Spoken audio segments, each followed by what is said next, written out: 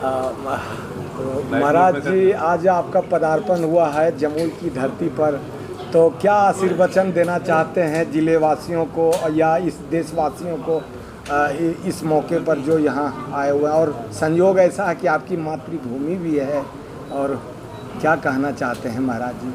मैं आज पहली बार ये बात बताना चाहता हूँ कि हमारी जन्मभूमि भी यही है और यहाँ से बहुत थोड़ी दूर 4 किलोमीटर के आसपास हमारी जन्मभूमि है।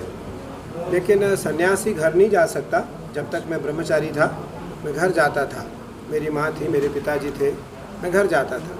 लेकिन जब से सन्यास लिया गया तो सन्यास लेने के बाद व्यक्ति घर नहीं जा सकता है। तो मेरा मानना है कि हर सन्यासी को एक संवाद मिलेगा मेरे माध्यम से, क्योंकि मैं इस समय सन्यास परंपरा का सर्वोच्च पद पर बैठा हूँ। हमारे जो अनुगामी हैं वही हमारा अनुसरण करेंगे। अगर हम घर जाएंगे तो हमारे सन्यासी भी घर जाएंगे।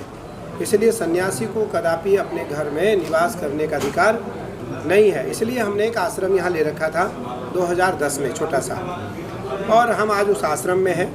और परसों में आया, एक छोटे से विवाह में सम्मिलित होना था।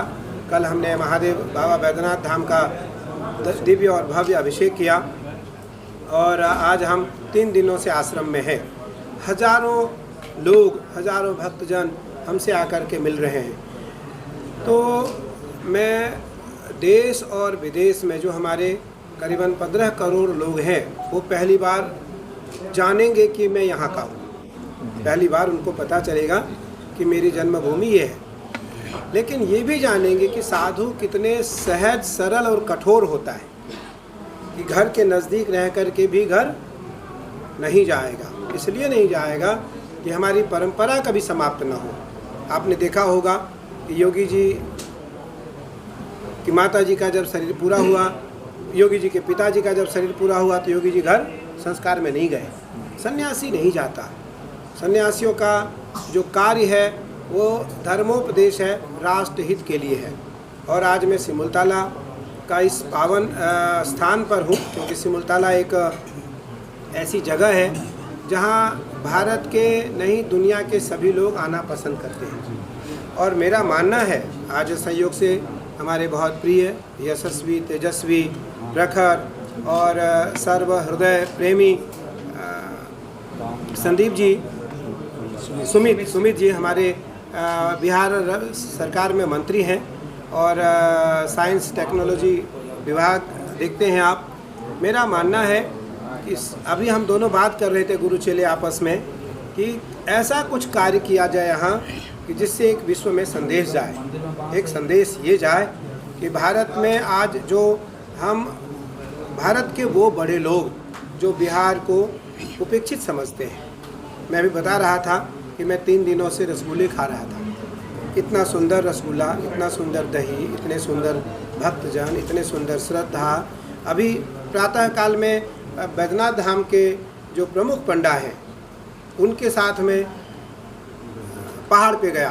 पहाड़ का नाम था पिलुआ पहाड़। पिलु यहाँ से 20 किलोमीटर पे है। और हम प्रातः काल जा कर के हमने बिलपत्री तोड़ा। पता चला कि महादेव को चढ़ने वाला जो बिलपत्र है वो इस पहाड़ पे है। बैद्यनाथ धाम में जो बिलपत्र जाता है वो यहाँ से जाता है। और जब बिलपत्र हम लोग तोड़ रहे थे तो हमारे सभी भक्तों ने सांप और बिच्छू दोनों को देखा। सांप भी देखा और बिच्छू भी देखा। सबको पता है मैं महादेव का सेवक हूँ, तो सांप बिच्छू हमारे आसपास रहते ही हैं।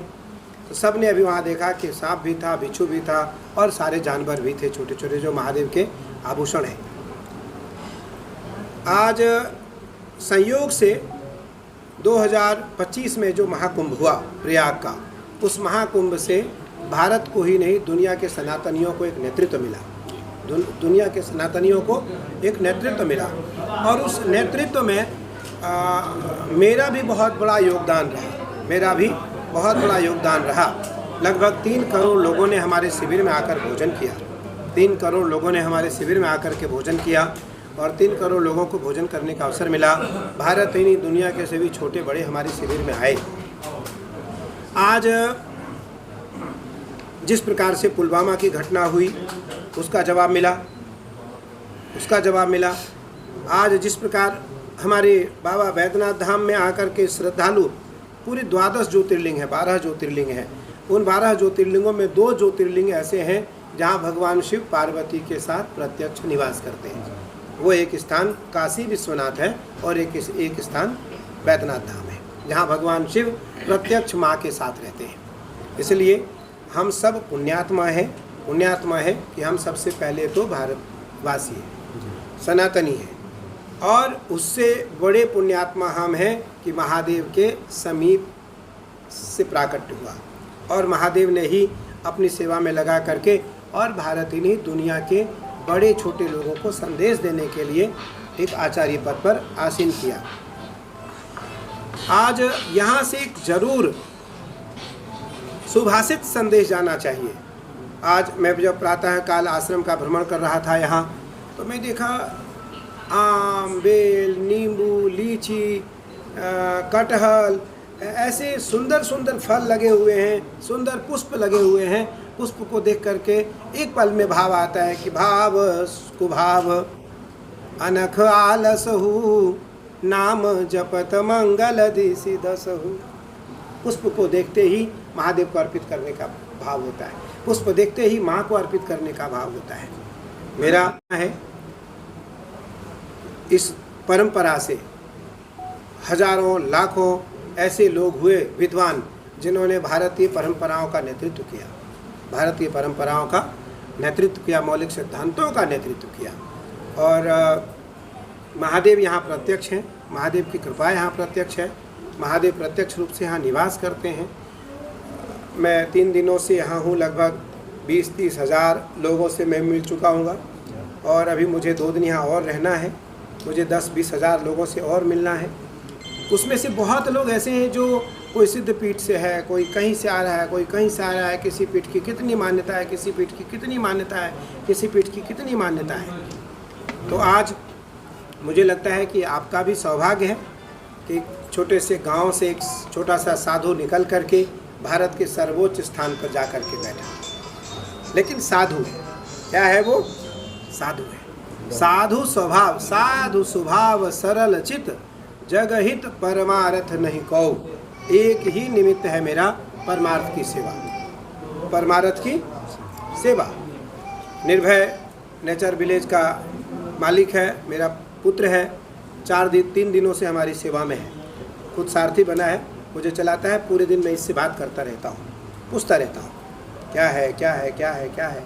मेरा मानना है कि जननी जन्मभूमिश्च स्वर्गादपि च गरीयसी। भगवान राम से जब किसी ने पूछा कि आपको सबसे प्रिय क्या है, तो भगवान राम ने कहा जननी जन्मभूमिश्च स्वर्गादपि च गरीयसी। भारत हमारी जन्मभूमि है, भारत हमारा निवास स्थान है, जन्म स्थान है। लेकिन जो जन्म स्थान हमारा है वो स्वर्ग से बड़ा है, वो स्वर्ग से बड़ा है। तो मुझे 15 साल पहले यहाँ आना चाहिए था, मैं 15 साल बाद आया। 15 साल पहले मैंने इस छोटे से आश्रम की रजिस्ट्री करवाया था और आज मैं 15 साल बाद इस आश्रम में आया। 15 साल आश्रम हमारी प्रतीक्षा कर रहा था और अब मुझे लगा कि हमें यहाँ ज़रूर कुछ ऐसा कार्य करना चाहिए जिससे समाज को, परंपराओं को और सनातनियों को एक बल मिल सके।